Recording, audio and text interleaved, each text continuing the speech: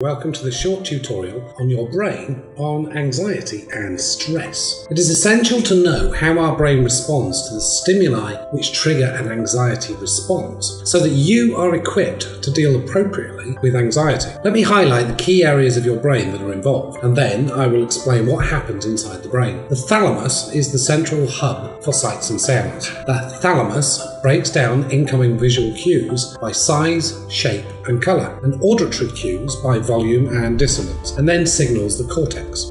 The cortex then gives raw sights and sounds meaning, enabling you to be conscious of what you are seeing and hearing. And I'll mention here that the prefrontal cortex is vital to turning off the anxiety response once the threat has passed. The amygdala is the emotional core of the brain, whose primary role is to trigger the fear response. Information passing through the amygdala is associated with an emotional significance. The bed nucleus of the stria terminals is particularly interesting when we discuss anxiety. While the amygdala sets off an immediate burst of fear, the BNST perpetuates the fear response, causing longer-term unease typical of anxiety. The locus coeruleus receives signals from the amygdala and initiates the classic anxiety response: rapid heartbeat, increased blood pressure, sweating, and pupil dilation. The hippocampus is your memory center, storing raw information from the senses, along with emotional baggage attached to the data by the amygdala. Now we know these key parts. What happens when we are anxious,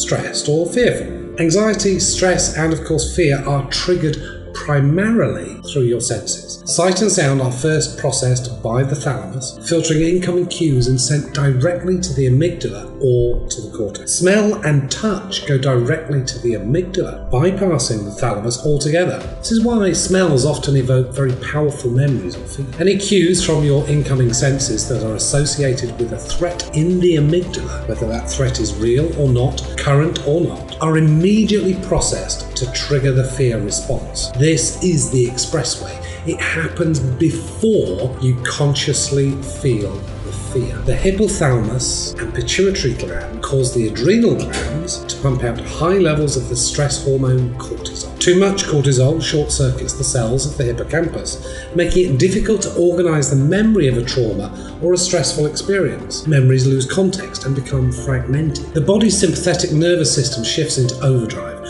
causing the heart to beat faster, blood pressure to rise, and lungs to hyperventilate. Perspiration increases and the skin's nerve endings tingle, causing goosebumps. Your senses become hyper-alert, freezing you momentarily as you drink in every detail.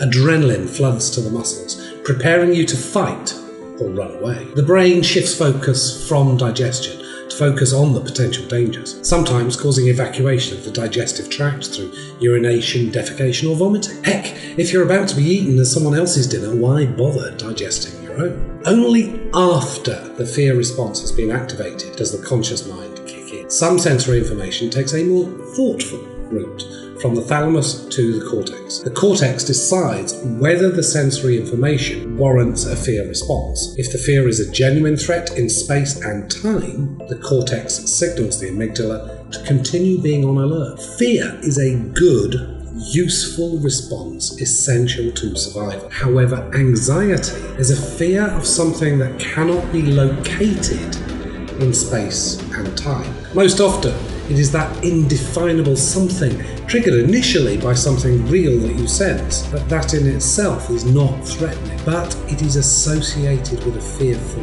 memory. And the bed nucleus of the stria terminals perpetuate that fear response. Anxiety is a real fear response for the individual feeling anxious, and anxiety can be debilitating for the sufferer. Now that you know how anxiety happens in your brain, we can pay attention to how we can deliberately use our prefrontal cortex to turn off an inappropriate anxiety response once a threat is